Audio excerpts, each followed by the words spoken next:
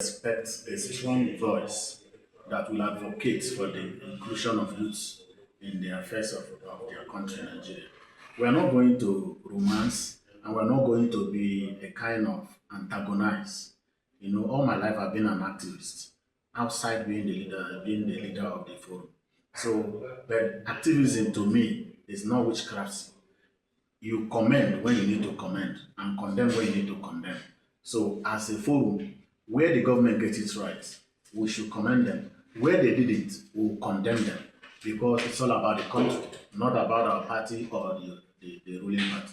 So the youth should expect a voice, stronger voice, that will be speaking on their behalf from this moment.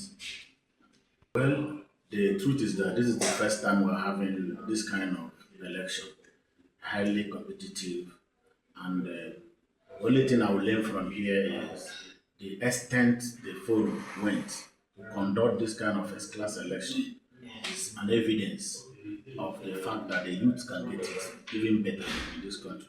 And it's also a burden on us who are the leaders, who emerge the chairman of the forum, to also don't take their efforts and their sacrifices for granted. So I have no option than to deliver as a chairman.